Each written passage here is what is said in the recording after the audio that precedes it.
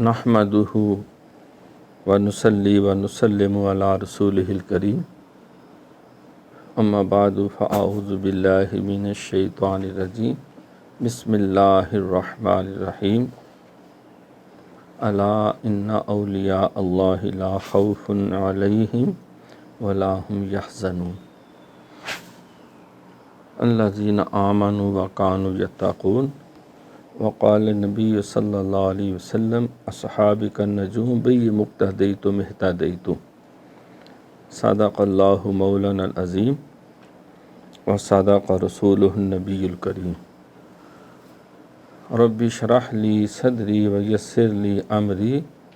واحلل عقدۃ من لسانی یفقہوا قولی اللہم صلی علی سیدنا و مولانا محمد و آلہ و صحابہ سیدنا و مولانا محمد و بارک وسلم صلی علیہ۔ ہفتہ وار مجلس دین و دانش، درس تصوف، مکتوبات امام ربانی حضرت مجدد الفسانی الشیخ احمد فاروقی سرہندی رحمۃ اللہ تعالیٰ علیہ، جلد اول، مکتوب شریف نمبر 25۔ یہ مکتوب شریف آپ نے حضور علیہ السلام کے صحابہ کرام رضوان اللہ تعالیٰ علیہ مجمعین ان کی مطابقت تابع داری کی ترغیب میں خواجہ جہان کی طرف صادر فرمایا۔ خواجہ جہان جن کا اصل نام تھا دوست محمد کابلی، جن کی صاحبزادی جہانگیر بادشاہ کی زوجہ محترمہ بھی تھی اور متعدد اہم سرکاری عہدوں کے اوپر یہ فائز المرام رہے اور کئی حکومتی اہم ذمہ داریاں ان کے سپرد کی گئیں۔ حضرت خواجہ باقی باللہ فانی فی اللہ دہلوی رحمۃ اللہ علیہ کے خاص مریدین اور مجدد الثانی رحمۃ اللہ علیہ کے خاص خلفاء میں آپ کا شمار ہوتا ہے، تو ان کی طرف آپ نے یہ مکتوب شریف صادر فرمایا جو بہت مختصر ترین ہے۔ آپ فرماتے ہیں کہ اللہ تعالیٰ آپ کے دل کو سلامت رکھے اور آپ کے سینے کو کھولے اور آپ کے نفس کو پاک کرے اور آپ کے بدن کے چمڑے کو نرم کرے۔ یہ سب کچھ بلکہ روح اور سر اور خفی کے اور اخفا کے تمام کمالات حضرت سید المرسلین صلی اللہ علیہ وآلہ وسلم کی تابع داری پر وابستہ ہیں۔ پس آپ کو چاہیے کہ نبی اکرم صلی اللہ علیہ وسلم کی مطابقت اور ان کے خلفائے راشدین ہادین مہدیین کی مطابقت کو لازم پکڑیں کیونکہ وہ ہدایت کے ستارے اور ولایت کے آفتاب ہیں۔ پس جس شخص کو ان کی تابع داری کا شرف حاصل ہوا فقد فاز فوزا عظیما، وہ دونوں جہاں میں بڑھ کر کامیاب ہوا، اور جو ان کی مخالفت پر پیدا ہوا فقد ضل ضلالا بعیدا، وہ سخت گمراہ ہو گیا۔ بقیہ مضمون یہ ہے کہ شیخ سلطان مرحوم کے دونوں بیٹوں کے لیے گزارا و معیشت کی بہت تنگی اور ناچاری ہے، اس واسطے جناب سے التماس ہے کہ ان کی ہر طرح مدد و اعانت کریں، کیونکہ آپ اس بات کے لائق ہیں، بلکہ خدا تعالیٰ نے آپ کو تمام لوگوں کی حاجتوں کو پورا کرنے کی توفیق بخشی ہے۔ اللہ تعالیٰ آپ کو زیادہ سے زیادہ توفیق دے اور خیر و بہتری کو آپ کا رفیق بنائے۔ والسلام علیکم وعلی سائر من اتبع الہدیٰ، آپ کو اور تمام ہدایت کی راہ پر چلنے والوں کو سلام ہو۔ تو یہ مختصر ترین جو مکتوب شریف ہے اس میں امام ربانی حضرت مجد الافسانی رحمۃ اللہ علیہ نے دوست محمد قابلی جو علم فقہ، علم قرآن، علم حدیث کے بھی ماہر تھے، وہ صاحب قلم بھی تھے، صاحب سیف بھی تھے، جہاد بھی کرنے والے تھے، اور اللہ تعالیٰ نے دعوت و ارشاد کے بھی منصب سے سرفراز کیا ہوا تھا۔ تو آپ نے ابتدا میں 4 دعائیں جو ہیں وہ دوست محمد قابلی، جن کو خواجہ جہان کہا جاتا ہے، ان کو ارشاد فرمائیں۔ 4 دعاؤں کے حوالے سے حضور علیہ الصلوۃ والسلام بھی اللہ تعالیٰ سے 4 دعائیں فرمایا کرتے تھے۔ 2 احادیث ہیں، ایک میں آپ فرماتے ہیں کہ اربعٌ من اوتیہن فقد اوتی خیر الدنیا والآخرہ، 4 نعمتیں جس کو ملیں وہ مطمئن رہے کہ دنیا اور آخرت کی اللہ نے ہر بلائی اس کو عطا کر دی ہے۔ سب سے پہلے فرمایا قلباً شاکراً، شکر کرنے والا دل، ولساناً ذاکراً، ذکر کرنے والی زبان، وبدناً علی البلاء صابراً، اور ایسا جسم جو دکھ و تکلیف آنے پر صبر کرے، وزوجۃ لا تبغی لنفسها حوبا لنفسها ومالہ، ایسی شریک حیات جو اپنے شوہر کی عزت کی اور اس کے مال کی محافظت کرنے والی ہو۔ تو یہ بھی 4 دعائیں، اور آپ کی مزید 4 دعاؤں کا بھی ذکر ہے۔ سرکار نے فرمایا اللہم انی اعوذ بک من اربعین، اے اللہ میں 4 چیزوں سے تیری پناہ طلب کرتا ہوں۔ من القلب لا یخشع، ایسے دل سے جس میں تیرا خوف نہ ہو۔ من القلب لا یخشع، اور پھر فرمایا کہ من العلم لا ینفع، ایسا علم جو نفع نہ دے، ایسا دل جس میں خوف خدا نہ ہو۔ ومن النفس لا تشبع، اور ایسا نفس جس میں قناعت نہ ہو۔ اور چوتھے نمبر پہ فرمایا ومن الدعاء لا یسمع او لا یقبل، اور ایسی دعا جو سنی نہ جائے یا جو قبول نہ کی جائے۔ تو آپ علیہ الصلوۃ والسلام جو ہیں، آپ نے یہ 4 کے عدد جو ہے ہمیں ملتا ہے، حق 4 یار کی بھی بات ہے، ان کا بھی آپ نے یہاں ذکر خیر فرمایا۔ تو 4 دعائیں آپ نے خواجہ جہاں دوست محمد قابلی رحمۃ اللہ تعالیٰ علیہ کو دیں۔ ان میں سب سے پہلی دعا جو ہے آپ نے فرمایا کہ اللہ آپ کو دل کی سلامتی عطا کرے، جس کو ہم دل کی سلامتی کو کہتے ہیں قلب سلیم۔ قلب سلیم، ایسا قلب جو سلامت ہو۔ یہ اصل میں قرآن پاک کی ایک آیت ہے جس میں اللہ کریم فرماتے ہیں کہ یوم لا ینفع مال ولا بنون الا من اتی اللہ بقلب سلیم، اس دن یعنی روز قیامت تمہارے مال اور بیٹے تمہیں نفع نہیں دیں گے مگر جو قلب سلیم لے کے آئے گا، ایسا دل جس میں اللہ کے سوا کسی اور کا حکم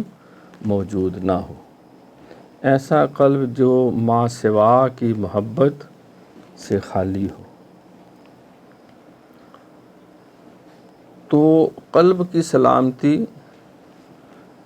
یہ قلب سلیم، یہ ضد ہے قلب سقیم کی۔ قلب سقیم ایسا دل جو مریض ہے، جو بیمار ہے،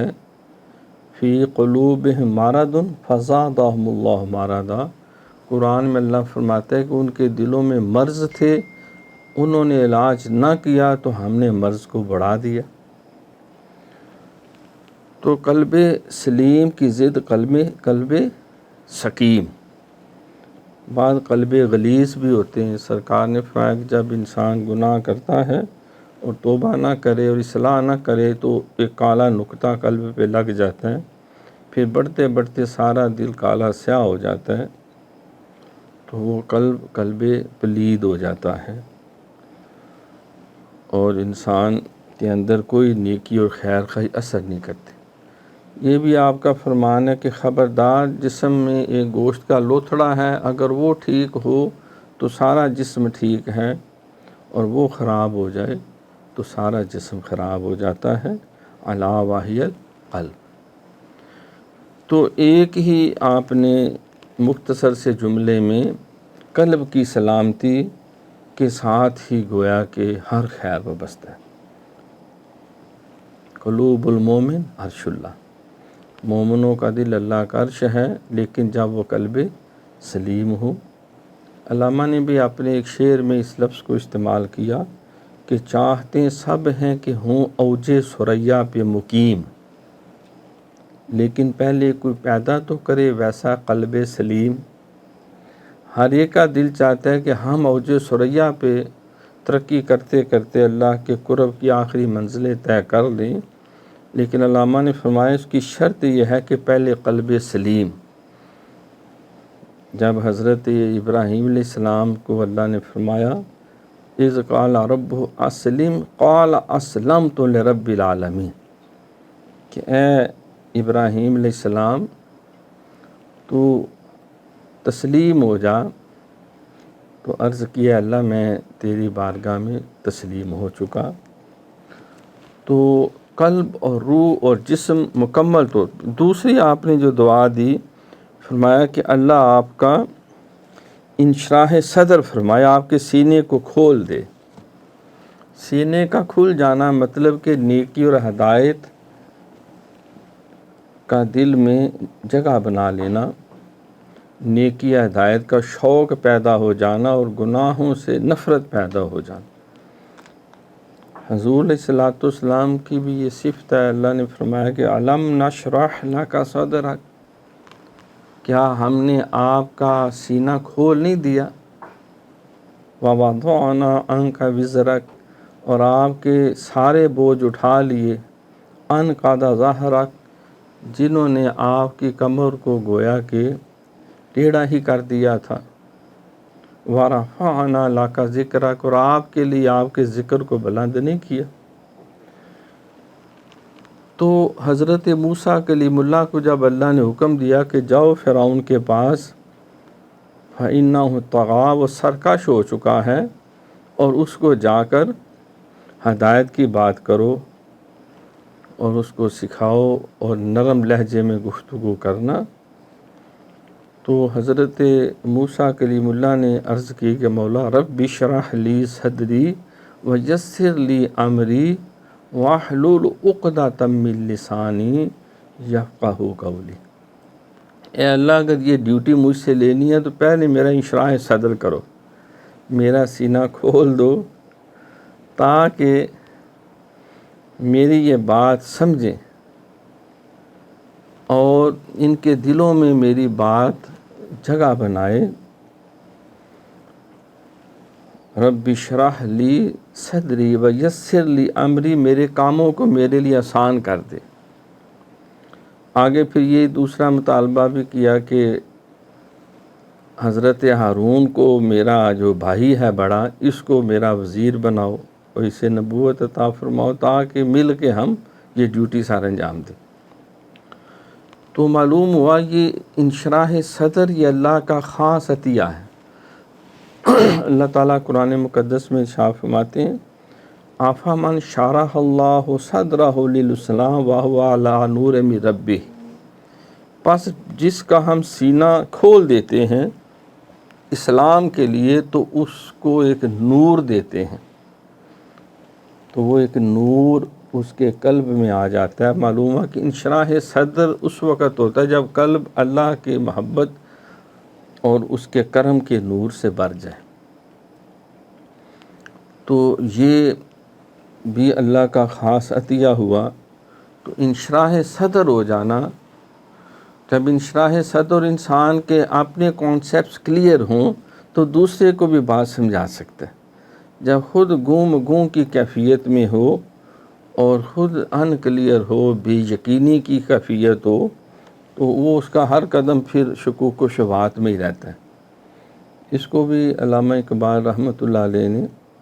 اپنے انداز میں بیان کیا کہ ہے غلامی سے بدتر بے یقینی کی حالت۔ یہ بے یقینی کی حالت جو ہے یہ غلامی سے بھی بدترین ہے، کہ انسان جو ہے وہ دو کشتیوں میں پاؤں ہے اور کوئی بات اس کو واضح اور کلیئر نہیں ہے۔ وَاعْبُدْ رَبَّكَ حَتَّى يَأْتِيَكَ الْيَقِينُ، اتنی اللہ کی عبادت کر حتیٰ کہ تو یقین کے درجے تک چلا جائے۔ تو انشراح صدر جو ہے، ایک اور سرکار کی حدیث حضرت سیدنا امیر معاویہ رضی اللہ تعالیٰ عنہ سے روایت ہے، فرماتے ہیں سرکار نے فرمایا کہ من یرید اللہ بہ خیرا یفقہہ فی الدین، اللہ جس سے خیر کا ارادہ کرتا ہے اس کے سینے کو دین کی سمجھ بوجھ کے لیے کھول دیتا ہے، اس کو اپنے دین کی سمجھ بوجھ عطا کر دیتا ہے۔ تیسری آپ نے دعا فرمائی، اور آپ کے نفس کو پاک کرے،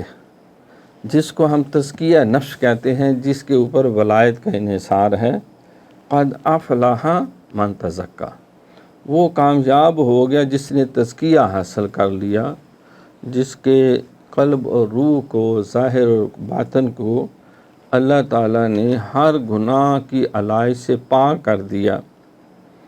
اب اس کے کان، اس کی آنکھیں، اس کا منہ، اس کے ہاتھ، اس کے پاؤں، اس کا سارا جسم جو ہے وہ گناہوں کے اندر مصروف نہیں ہے، نہ رہنا چاہتا ہے، نہ رہتا ہے،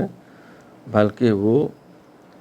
نیکی ہدایت کی کاموں میں مصروف ہے، نماز، روزہ، حج، زکوٰۃ، حقوق اللہ، حقوق العباد۔ اس کا باطن بھی پاک، اس کا قلب و روح شرک سے، کفر سے، بدعت سے، حسد سے، لالچ سے، کینے سے، تکبر سے، غصے سے، بے صبری سے اور گندی خواہشات سے پاک ہے۔ وہ پاکیزہ اوصاف جس کو اوصاف حمیدہ اور اخلاق جلیلہ کہتے ہیں، اس سے جو مزین ہے، تو یہ کہا جاتا ہے وہ پاک ہو چکا۔ ان اللہ یحب التوابین و یحب المتطہرین، بے شک اللہ تعالیٰ توبہ کرنے والوں اور خوب پاک صاف رہنے والوں کو پسند کرتے۔ سرکار کی بھی ڈیوٹی تھی وَيُزَكِّيهِمْ، کہ آپ ان کا تزکیہ فرماتے ہیں۔ تزکیہ کہتے ہیں عادات و خصائل کا درست ہو جانا اور اخلاق محمدی صلی اللہ علیہ وسلم سے مزین ہو جانا، جس کو بی بی سیدہ عائشہ صدیقہ رضی اللہ عنہ نے فرمایا کان خلق القرآن، سرکار سراپا قرآن۔ تو تیسری دعا، چوتھی دعا آپ نے فرمائی، اور آپ کے بدن کے چمڑے کو نرم کرے۔ ظاہر اردو میں ترجمہ ہے، فارسی میں اور الفاظ ہوں گے، یعنی اس میں آپ نے کہا کہ اس کا بدن کا چمڑا نرم ہو جائے، یعنی اس کی روح کی بھی صفائی ہو جائے، اس کا جسم اتنا پاک ہو جائے کہ ارواحہم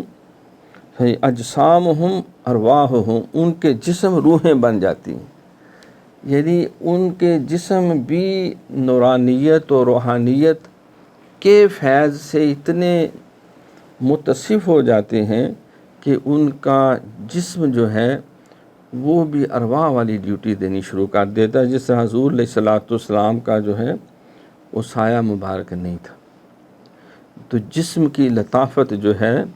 اور اسی طرح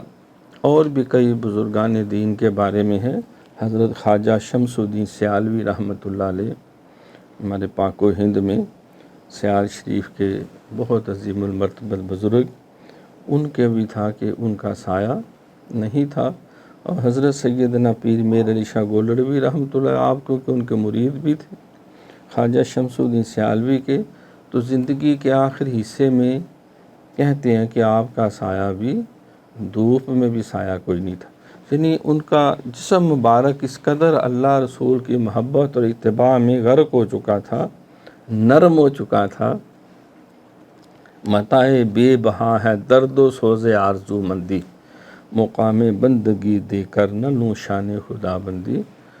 کہ ان کا قلب جو ہے وہ اور ان کا جسم مبارک جو ہے وہ روحانیت کے فیوز و برکات کی لطافت اور پاکیزگی سے مزین ہو چکا تھا۔ تو یہ 4 دعائیں آپ نے دیں کہ وہ اس قدر وہاں اللہ آپ کو یہ ساری، پھر آگے کہا یہ سب کچھ بلکہ روح اور سر اور خفی اور اخفا کے تمام کمالات، یہ انسان کے 10 لطائف ہیں، 5 عالم امر کے ہیں، 5 عالم خلق کے۔ عالم امر کے جو لطائف اس میں قلب، روح، سر، خفی اور اخفا، اور عالم خلق کے جو ہیں وہ نفس اور آگ، مٹی، ہوا اور پانی۔ تو یہ انسان کے اجزائے ترکیبی جسم کے یہ ہیں، اور باطن کے جو ہیں وہ لطائف جو ہیں وہ عالم امر سے ان کا تعلق ہے۔ یسألونک عن الروح قل روح من امر ربی،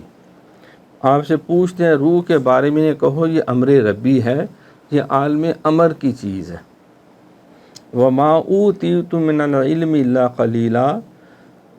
اس روح کی ایک حقیقت تو ہے لیکن تمہارا علم محدود ہے، اس روح کی حقیقت جو ہے وہ اس سے زیادہ وسیع ہے، محیط ہے، وہ عقل کے پیمانے میں یا عقل کے ترازو میں اس کو نہیں تولا جا سکتا۔ تو یہ لطائف جب انسان کے طے ہوتے ہیں یا اللہ کے ذکر سے فیض یاب ہوتے ہیں تو انسان کے اندر سے بری خصلتیں نکلتی ہیں۔ مثلاً بری خصلتوں کو 5 بڑی بری عادتوں سے بیان کیا جاتا ہے کہ ان کے اندر سے حسد نکل جاتا ہے، طمع اور لالچ نکل جاتا ہے، ناجائز غصہ نکل جاتا ہے، اور تکبر نکل جاتا ہے، اور گندی خواہشات جو ہیں، شہوات جو ہیں وہ اللہ ان کے اس سے ان کے باطن کو پاک کر دیتا ہے، اور اس کی جگہ اخلاص آ جاتا ہے، اللہ رسول کی محبت آ جاتی ہے، خدمت کا جذبہ آ جاتا ہے، غیرت ایمانی آ جاتی ہے، اور رشک آ جاتا ہے، اور اخلاق محمدی جو ہے صلی اللہ علیہ وآلہ وسلم جو ہے اس سے اس کا باطن جو ہے وہ مزین ہو جاتا ہے۔ تو یہ بھی آپ نے دعا کی، لیکن اس کے ساتھ شرط یہ بیان کی کہ تمام کمالات حضرت سید المرسلین صلی اللہ علیہ وسلم کی تابع داری پر وابستہ ہیں، یعنی یہ سرکار کی اتباع کے ساتھ یہ سارے اوصاف جو ہیں ان کے ساتھ مشروط ہیں، جیسا کہ قرآن پاک میں اللہ فرماتے ہیں کہ قل ان کنتم تحبون اللہ فاتبعونی یحببکم اللہ، اے محبوب نے کہو کہ اگر تمہیں اللہ سے محبت ہے تو میری اتباع کرو، اللہ تعالیٰ تم سے محبت کرے گا۔ تو حضور صلی اللہ علیہ وسلم کی اتباع کے ساتھ جو ہے وہ تمام قلبی، باطنی اور ظاہری کمالات وابستہ ہیں۔ امام ربانی مجدد الثانی رحمۃ اللہ علیہ مکتوب عاشری میں دوسری جگہ لکھتے ہیں کہ سرکار کے کچھ جسمی کمالات ہیں اور کچھ آپ کے قلبی اور روحی کمالات ہیں، باطنی کمالات ہیں، جیسا معجزات کا تعلق، معراج شریف کا تعلق یہ قلب، روح اور باطنی کمالات سے ہے، اور ظاہری کمالات ایک کامل سیرت ہے، صورت ہے، اور جہاد ہے، نماز، روزہ، حج، زکوٰۃ ہے، مخلوق خدا کی خدمت ہے، حقوق العباد، حقوق اللہ کی ادائیگی ہے۔ تو جس نے سرکار کی سیرت کے دونوں پہلو جو ہیں اپنے دامن میں سمیٹ لیے تو وہ قابل متبع شریعت ہوا، اور جتنا کوئی سرکار کے آپ نے 7 اس کے درجے بیان کیے ہیں، سرکار کی اتباع کے جتنے درجے طے کرتا ہے اتنا ہی اللہ کے قریب ہو جاتا ہے۔ اگلی بات آپ بیان فرماتے ہیں، پس اس کو چاہیے کہ نبی صلی اللہ علیہ وسلم کی مطابقت ان کے خلفائے راشدین، ہادیین، مہدیین کی مطابقت کو لازم پکڑیں، کیوں کہ وہ ہدایت کے ستارے ولایت کے آفتاب ہیں۔ تو یہ آپ نے اس کے ساتھ اگلی بات یہ بیان کی کہ اب سرکار نے اپنی 23 سالہ جو نبوی تبلیغ اور نبوی سعی جمیلہ ہے اقامت دین کی، اس میں آپ کی ساری محنتوں کا ثمرہ اور آپ کی کاوشوں کا نتیجہ 1,24,000 یا 40,000 کم و بیش صحابہ اکرام اور صحابیات رضوان اللہ تعالیٰ علیہم اجمعین ہیں، اور ان سب میں بھی پھر اللہ کریم نے قرآن میں جو ہے اول السابقون الاولون من المہاجرین والانصار، جو سابقون ہیں جنہیں ابتداء میں ایمان کی دولت ملی، اولون ہیں، اولین میں وہ شامل ہوئے، پھر مہاجرین ہیں، پھر انصار ہیں، کیونکہ 13 سال تو مکہ کے اندر سرکار کے ساتھ مہاجرین نے ساری صعوبتیں برداشت کیں، بعد کے 10 سال میں انصار بھی ساتھ شامل ہوئے، تو انہوں نے 10 سال اور انہوں نے 13، وہ 10 اگلے 23 سال گویا کہ حضور علیہ الصلوۃ والسلام کی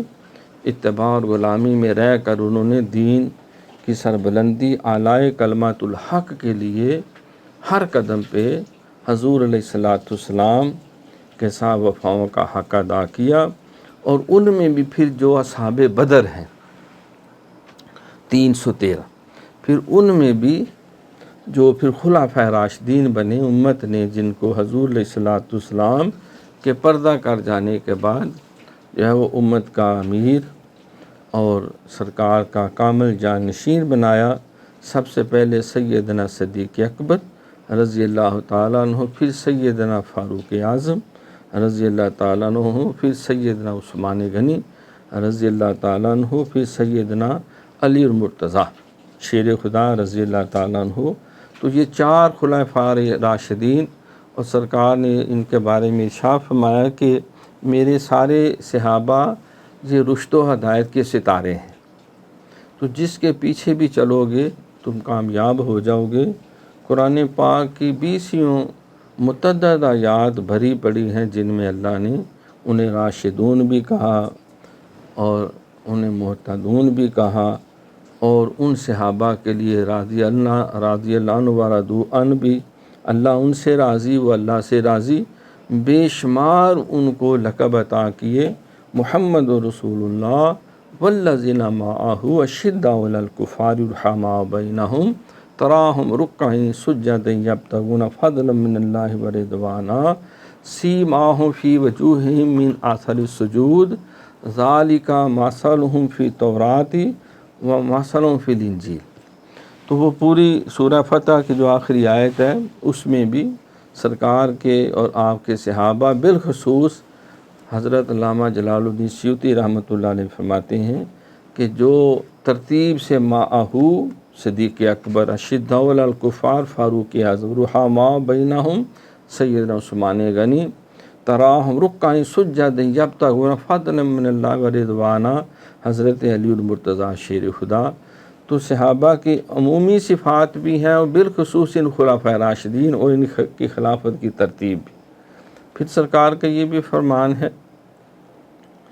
کہ خیر القرون قرنی ثم الذین یلونہم ثم الذین یلونہم، سب سے بہتر دور میرے صحابہ کا دور ہے، پھر وہ جو ان کے بعد آئیں گے، پھر وہ جو ان کے بعد آئیں گے، یعنی تابعین اور تبع تابعین۔ تو آپ نے قرنی کا لفظ استعمال کیا، تو ان 4 حروف میں پہلے قاف تھا، صدیق کے نام کے آخر میں قاف، دوسرا را تھا قر، فاروق اعظم عمر کے نام کے آخر میں را، تیسرا نون ہے عثمان کے نام کے آخر میں نون، پھر یا ہے اور حضرت مولا علی شیر خدا علی کے نام کے آخر میں جمعہ میں پڑھا جاتا ہے کہ خصوصاً علی حفظ الناس بعد نبیین سیدنا و مولانا امیر المومنین ابو بکر صدیق رضی اللہ تعالیٰ ولا عادل الصحاب زین المنبر والمحراب سیدنا و مولانا امیر المومنین عمر بن الخطاب رضی اللہ تعالیٰ ولا جامع القرآن کامل الحیاء والایمان سیدنا مولانا امیر المومنین عثمان بن عفان وعلی سعد الغالب غالب علی کل غالب امام المشارق والمغارب سیدنا و مولانا امیر المومنین علی ابن ابی طالب رضی اللہ تعالیٰ عنہ و کرم اللہ وجہہ الکریم۔ تو یہ ان کے ساتھ آپ نے محبت اور اپنی نسبت کا اظہار کیا جاتا ہے۔ حضرت عبداللہ بن عباس رئیس المفسرین فرماتے ہیں میں نے نبی علیہ الصلوۃ والسلام سے کو یہ فرماتے ہوئے سنا کہ جس نے میرے صحابہ میں سے کسی صحابی کو گالی دی اس پہ اللہ کی لعنت، نبیوں کی لعنت، فرشتوں کی لعنت، ساری مخلوق کی لعنت۔ اور سیدہ عائشہ صدیقہ رضی اللہ عنہا سے روایت ہے سرکار نے فرمایا کہ انسانوں میں بدترین وہ انسان ہیں جو میرے صحابہ کے بارے میں زبان درازیاں کرتے ہیں یا کریں گے۔ تو متعدد احادیث ہیں، سرکار نے فرمایا کہ خبردار خبردار میرے صحابہ کو موضوع بحث نہ بنانا، تختہ مشق نہ بنانا ان کے خدمات کو، کیونکہ یہ وہ خوش نصیب ہیں جو مجھے اللہ تعالیٰ کی طرف سے ساتھی عطا ہوئے ہیں۔ اور ثانیہ سنین اذ ہما فی الغار اذ یقول لصاحبہ لا تحزن ان اللہ معنا۔ 20 آیات سیدنا فاروق اعظم رضی اللہ تعالیٰ کی دعا التجا کے اوپر اللہ نے نازل فرمائی۔ اب سارے قرآن کو جو آج پوری دنیا میں پڑھایا جاتا ہے یہ سیدنا عثمان غنی رضی اللہ تعالیٰ عنہ نے مجتمع فرمایا۔ تو ان صحابہ یا کسی صحابی رسول کے بارے میں اگر کوئی انسان شکوک و شبہات میں مبتلا ہو تو سارا دین ہی مشکوک کر دیتا ہے۔ تو ان میں مجدد پاک نے تفصیل سے بیان کیا جو کچھ بشریت کے تقاضوں کے پیش نظر جو بعض اختلافات ہوئے تو ان کو بھی نیکی پہ محمول کرنا چاہیے کہ ان کے نیت اور اخلاص میں کوئی فتور نہیں تھا، بلکہ رائے جو ہے وہ اس میں کوئی زیادہ صائب تھا، کسی میں کمی تھی۔ جس طرح ایک مجتہد یا قاضی پوری ایمانداری کے ساتھ جو اس کو حقائق اور گواہان میسر اس کی روشنی میں وہ فیصلہ کرتا ہے تو وہ بے شک فیصلہ وہ ٹو دی پوائنٹ نہیں ہوتا، لیکن اس نے پوری ایمانداری سے اپنے علم، شعور اور سارے جو حقائق سامنے رکھے گی اس کی روشنی میں کیا تو اللہ اس کو 1 گنا اجر دیتا ہے، اور جو 100% درست فیصلہ کرتا ہے اس کو 2 گنا اجر ملتا ہے۔ تو وہ صحابہ کرام کے آپس میں جو معاملات ہوئے تو ان کو بھی جو ہے وہ خیر پہ معمول کرنا چاہیے کہ وہ ان کی نیت کا فطور نہیں تھا، ہوا و ہوس پہ وہ مبنی نہیں تھے، بلکہ وہ بھی خیر کے اوپر مبنی تھے۔ سرکار نے فرمایا کہ اختلاف امتی رحمت۔ تو یہ بات امام ربانی مجدد الثانی رحمۃ اللہ علیہ نے بیان کرنے کے بعد فرمایا پس جس شخص کو ان کی تابع داری کا شرف حاصل ہوا فقد فاز فوزا عظیما، تو اس نے بہت بڑی کامیابی حاصل کی، چھوٹی کامیابی نہیں، فوز عظیم اللہ نے اس کو عطا کی۔ وہ دونوں جہاں میں بڑھ کر کامیاب ہوا جو ان کی مخالفت میں پیدا ہوا، جس نے ان کے ساتھ اختلاف رائے کیا، ان کے بارے میں زبان دراز کی، طعن و تشنیع کے اس نے تیر چھوڑے۔ فقط دل دلالا بعیدا، تو بدترین دور کی گمراہی میں جا گرا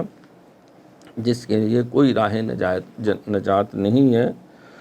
تو حضرت امام جعفر صادق رضی اللہ تعالیٰ عنہ سے صحابہ کرام کے مشاجرات کے حوالے سے جب پوچھا گیا تو آپ نے فرمایا کہ اللہ نے ہم پہ یہ کرم کیا کہ ہمارے ہاتھوں کو ان کے خون سے محفوظ رکھا، کہ ہم ان جو اختلافات کی بنا پہ جنگ جمل، صفین یا دیگر معاملات ہوئے تو ہم اس وقت موجود نہیں تھے، تو یقیناً اگر موجود ہوتے تو کسی ایک گروہ کے تو ساتھ ہوتے. تو ہمارے ہاتھوں کو اللہ نے ان کے خون سے محفوظ رکھا، لہٰذا ہمیں اپنی زبانوں کو بھی ان کے اوپر طعن و تشنیع کے تیروں سے محفوظ رکھنا چاہیے، اور ان کے بارے میں کوئی ایسی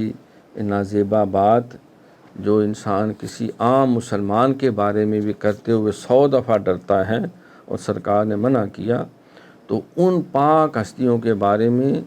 جن کے دم قدم سے اسلام کی بہاریں 56 لاکھ مربع میل کے علاقے کو فتح کر کے وہاں اسلام کا پرچم لہرایا اور پوری دنیا کے اندر جو اسلام کے ڈنکے بجائے، تو اگر ان کے حوالے سے کوئی ایسا لو ریمارکس دیے جائیں تو سارا دین جو ہے وہ گویا کہ منہدم کرنے کے مترادف ہے. پھر اس میں ضمناً ایک بات یہ بھی ہو سکتی ہے کہ ان پاک لوگوں کے بعد، کیونکہ ماہ ذی الحج ہے، آگے محرم الحرام ہے، تو یہ سب خلفائے راشدین جو ہیں، اس میں حضرت علی المرتضیٰ شیر خدا رضی اللہ تعالیٰ محافظ بن کر ان تینوں خلفائے ثلاثہ کے ساتھ رہے اور ہر طرح ان کی مدد و اعانت کی، دست و بازو بنے، عدم موجودگی میں ان کے جانشین کی بھی ڈیوٹیاں دیتے رہے. تو پورے طور پر انہوں نے ان کے ساتھ تمام صحابہ نے، اہل بیت اطہار نے ان سے رشتہ داریاں بھی کی اور ان کے دست و بازو بن کے پھر ان کی بیعت کر کے تو بہترین ایک دور انہوں نے گزارا. اور اس کے بعد جب اسی منصب خلافت پر ایک نامناسب شخص جو ہے، جس کا کردار اور جس کا اخلاق جو ہے وہ اسلامی تعلیمات سے بالکل منافی تھا، تو جب وہ یزید پلید جو ہے وہ اس مسند پہ بیٹھا، تو اسی علی پاک کے صاحبزادے امام حسین رضی اللہ تعالیٰ عنہ یاد تھے، تو انہوں نے اس سے ٹکر لی اور اس کو نیحل کہا اور کہا کہ یہ مسلمانوں کی قیادت کے قابل نہیں ہے، اور اس کی پاداش میں انہوں نے اپنی اور اپنے سارے کنبے کی جو ہے وہ شہادت کو قبول کر لیا، لیکن کسی صورت جو ہے وہ اس کے پلید وجود کو، جس خلافت کے منصب پر صدیق اکبر بیٹھے تھے، فاروق اعظم بیٹھے تھے، عثمان غنی بیٹھے تھے، مولا علی بیٹھے تھے، امام حسن علیہ السلام بیٹھے تھے رضی اللہ عنہم، تو اس کے اوپر جو ہے جب اس نے بیٹھ کر دین محمدی کے اندر جو ہے وہ کئی فتنے پیدا کرنے کی کوشش کی، تو انہوں نے ایک لمحہ بھی برداشت نہ کیا اور فوراً جو ہے اس کے خلاف احتجاج کیا اور اس کا مقابلہ بھی کیا. تو اگر خدا نخواستہ خلفائے ثلاثہ کے حوالے سے کوئی خلاف شرع، خلاف دین، کوئی معمولی سا اقدام بھی ہوتا تو حضرت علی پاک کی ہی لخت جگر امام حسین تھے، تو علی پاک زیادہ اعلیٰ درجے بھی ہیں اور اعلیٰ مرتبے میں بھی ہیں، باپ بھی ہیں، اور سرکار نے فرمایا کہ میں علم کا شہر و حدیث کا دروازہ ہے، تو وہ کسی صورت ایک لمحہ بھی وہ برداشت نہ کرتے. جب بیٹے میں اتنی غیرت ایمانی تھی، انہوں نے برداشت نہیں کیا کہ کوئی دین محمدی پہ ڈاکہ ڈالے، تو حضرت علی پاک نے جو ہے وہ بھی کسی صورت برداشت نہ کرتے، کیونکہ وہ خلفائے ثلاثہ اور اس وقت جتنے صحابہ تھے وہ دین متین کے خدمت گار بن کے اس کی سربلندی کے لیے کوشاں تھے، تو علی پاک نے ہر قدم پہ ان کا ساتھ معاونت فرمائی. یہ امام ربانی مجدد الثانی رحمۃ اللہ نے دوسرے مکتوبہ شریف میں یہ سارے مضمون بیان فرمائے. پھر آپ آخر میں فرماتے ہیں کہ بقیہ مضمون شیخ سلطان مرحوم کے دونوں بیٹوں کے لیے جو ہے وہ گزارا معیشت کی بہت تنگی ہے. تو یہ شیخ سلطان جو ہے، اس سے مراد امام ربانی مجدد الثانی رحمۃ اللہ علیہ جو ہیں، شیخ تھانیسری کے نام سے بھی ان کو یاد کیا جاتا ہے. تو آپ کے جو بچوں کے نانا ابو تھے وہ تھے جو بہت بڑے عالم دین تھے اور مختلف عہدوں پہ فائز بھی رہے. تو جس علاقے میں ان کو ذمہ داری سونپی گئی تو ہندوؤں نے وہاں مخالفت کی۔ آپ نے عید قربان کے موقع پر سنت جو مسلمین ہیں گائے کی قربانی کی، کیونکہ وہ اس کے اوپر گاؤ کشی جو ہے اس کو وہ بہت بڑا گناہ جرم سمجھتے تھے، اس کو گاؤ ماتا کہتے ہیں، تو جس کے نتیجے میں ان کو اکبر نے جلا وطن کر دی۔ لیکن بعد میں معاملات درست ہو گئے اور آپ عہدے پہ بحال ہوئے تو اپنی ذمہ داریاں وہ ادا کرتے رہے، تا وقتے کہ پھر جب مخالفت میں شدت کی گئی تو انہوں نے پھر جو ہے سر عام جو ہے وہ اس سنت کو زندہ تابندہ کرتے ہوئے حضرت موسیٰ علیہ السلام نے بھی کہا تھا، اللہ نے حکم دیا تھا انہیں کو اذبحوا بقرہ کہ گائے کو ذبح کریں، تو انہوں نے پھر گائے کو ذبح کیا، اور اکبر نے جو ہندو رانیاں تھیں اور دیگر ہندو راجپوتانہ تھے ان کے سخت احتجاج کے نتیجے میں حضرت سلطان تھانیسری کو جو ہے وہ سزائے موت دے دی، پھانسی دے دی، تو ان کے جائیدادیں ضبط کر لی اور دیگر جتنے بھی برات تھے واپس لے لی، تو ان کے صاحبزادگان جو تھے ان کے بارے میں، یعنی جو مجدد پاک کے آل اولاد کے ماموں تھے